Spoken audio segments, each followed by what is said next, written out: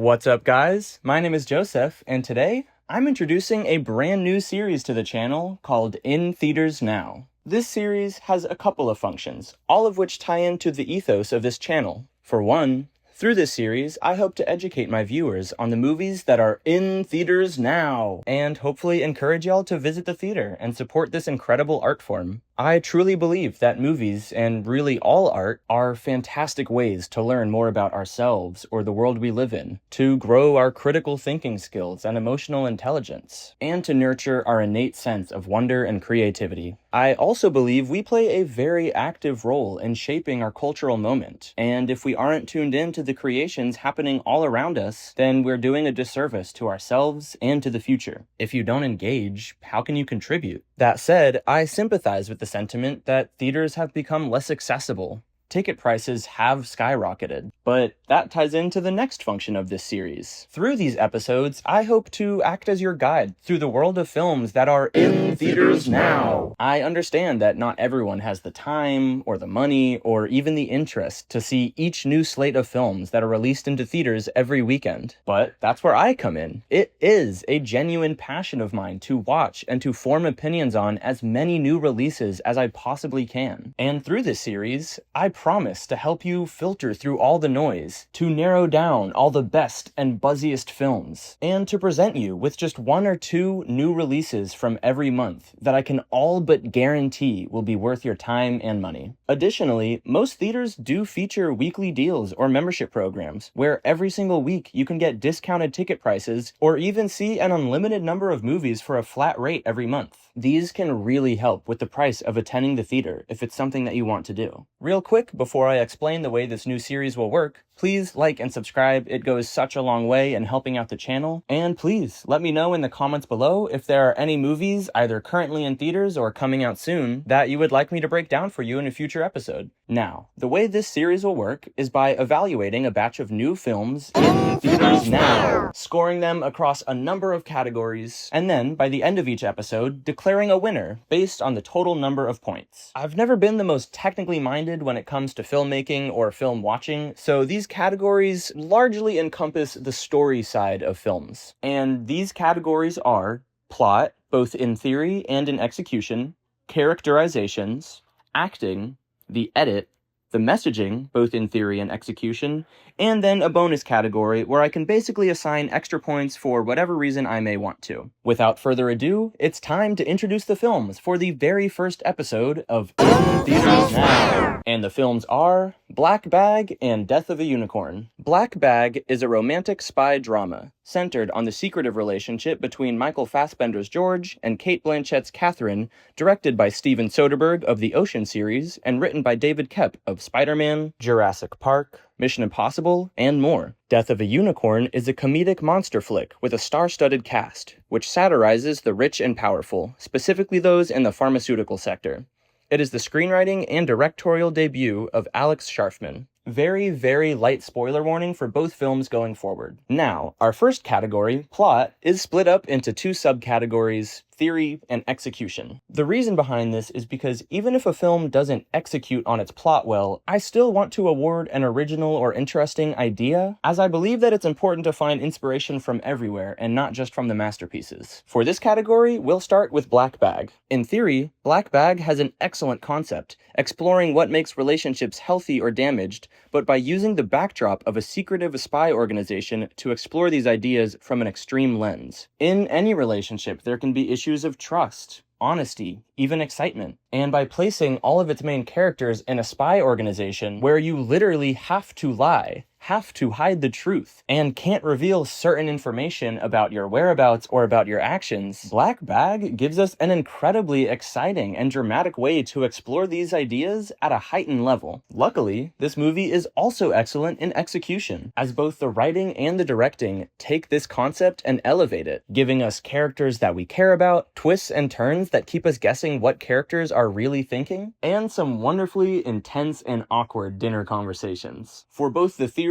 and execution of Black Bag's plot, I'm giving it an 8 out of 10. Now, Death of a Unicorn is a different story. In theory, a monster movie featuring a unicorn tied into a satirical comedy about Big Pharma, should contain quite a bit of entertainment and even commentary. On paper, this idea is a really original blend of things that we haven't seen put together in this way before. And yet, unfortunately, in execution, almost every one of these elements falls pretty flat. The satirical elements don't do anything fresh and are honestly pretty on the nose. The side plot of Rudd and Ortega's relationship is completely one note, predictable, and honestly kind of annoying. The unicorns as monsters aren't given much to do. They really didn't even have to be unicorns. They could have been any kind of endangered, dangerous species, and the movie wouldn't have felt that different. Essentially, although on paper this movie could have been a smash hit crowd pleaser, I think most people will probably walk out of this one with the best thing they can say about it being, oh, that was fun. I will be giving the plot of Death of a Unicorn an 8 in theory, but a 5 in execution. Next up, we have characterizations. This category is a little specific, but basically what it boils down to is, do the characters feel original and specific, or do they feel more like archetypes or caricatures that we've seen before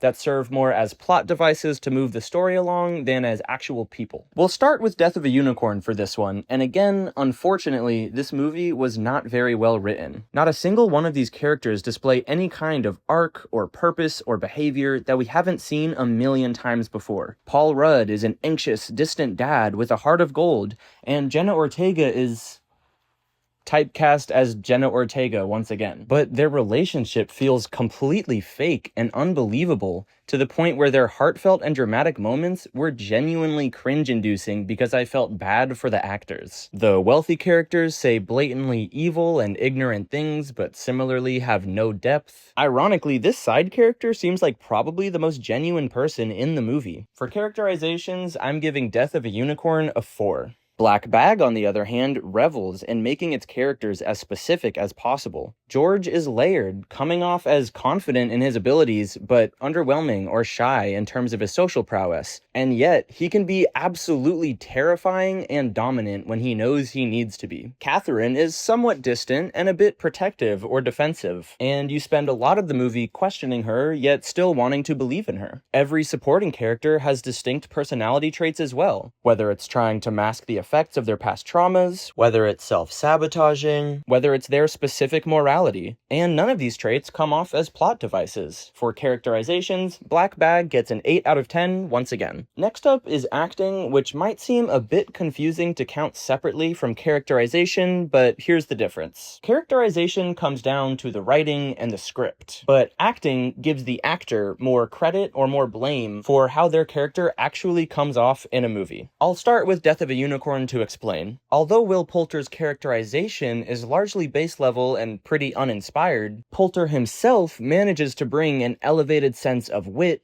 comedy, charm, and personality that wouldn't have been there otherwise. He accomplishes this through his line delivery, facial expressions, physicality, all creating a much more dynamic and entertaining character than we could have gotten. Téa Leoni and Richard Grant achieve similar levels of elevation, camping up their characters' potential blandness in a way that shows off their veteran experience. Unfortunately, Paul Rudd and Jenna Ortega display noticeably bad acting throughout this film. They're undoubtedly talented individuals, but unfortunately, they didn't really do anything to improve upon their characterizations, and to be honest, I think Paul Rudd was genuinely hard to watch at points. Now, I do want to note that some of this did feel like it was on the director. It kind of felt like in some scenes, Paul Rudd was told, okay, now act confused, and Rudd maybe tried to do something a little more subtle, and then the director goes, cut!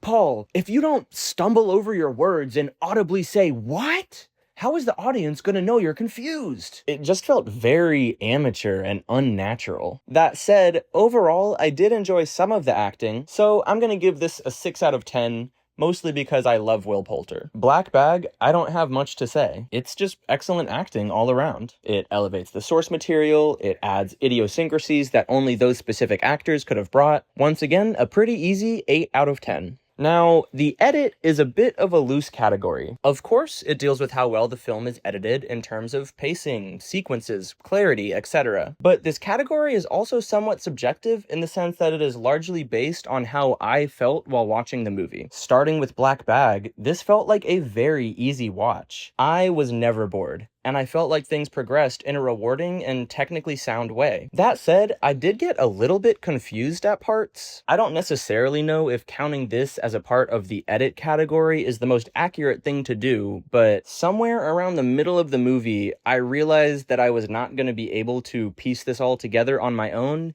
and I kind of shut my brain off and waited for the inevitable third act scene where everything is laid out on the table in front of us. Due to that slight confusion, I'll be giving Black Bag a 7 out of 10 for the edit category. Death of a Unicorn, pretty easily, I'm just going to give a completely average score of 5 out of 10. Nothing was elevated by the edit, but it didn't necessarily feel like anything was lost in the edit either. I did think some of the montage scenes were a little bit cheap, but that's not enough to lower the score below average. For our last official category, we have messaging. I think that movies, and really all art, should strive to make us think and feel. It doesn't mean everything has to be serious, of course. You can get effective messaging out of any genre, but if you just have a story that doesn't actually say anything and is more so just a collection of events, I find that to be a pretty disingenuous attempt at making art. This is another category that I'm splitting into both theory and execution, because again, even if a movie doesn't perfectly pull off its themes, you can still get something out of the idea behind it. For the theory of Death of a Unicorn's messaging, I'm giving it a 7 out of 10, with themes of environmental protectionism,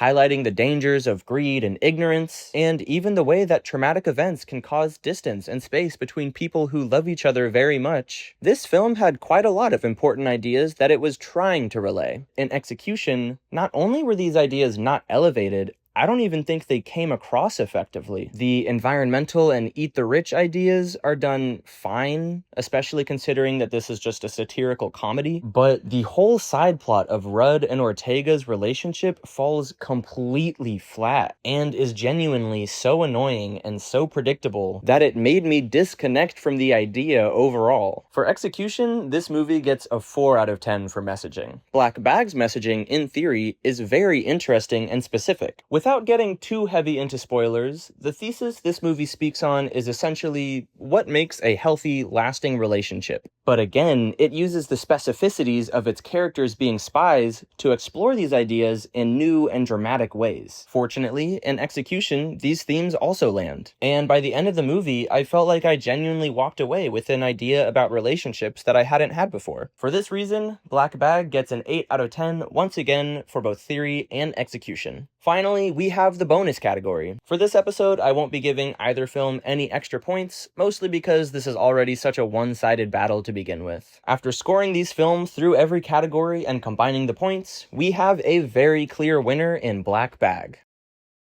Now, I want to end off these videos by explaining who I think would enjoy all of the movies I talked about, as despite my personal distaste for a movie, I think a lot of people would still be able to get something out of films that I didn't necessarily get. For Death of a Unicorn, I would recommend this to the casual theater goer. If you want something fun, light, and easy just to kill a few hours, sort of in the vein of Marvel movies or other blockbuster types, then I think you'll honestly still enjoy this one. My somewhat negative review is largely due to the fact that it was up against, in my opinion, a much better film. But I still walked out glad to have seen it. For Black Bag, I'd recommend it to just about anyone. Unless you genuinely hate character studies or dramas, or would only want to see a spy movie if it was a part of the action genre, this will be an incredibly enjoyable film for most film watchers. That does it for this one, y'all. I hope you've enjoyed the first episode of this new series. Once again, please like, comment, and subscribe. It helps the channel out a lot. Stay tuned for another In Theaters Now coming up shortly, as well as a couple of solo reviews for some exciting movies coming out soon. Thanks for watching, guys. Bye-bye.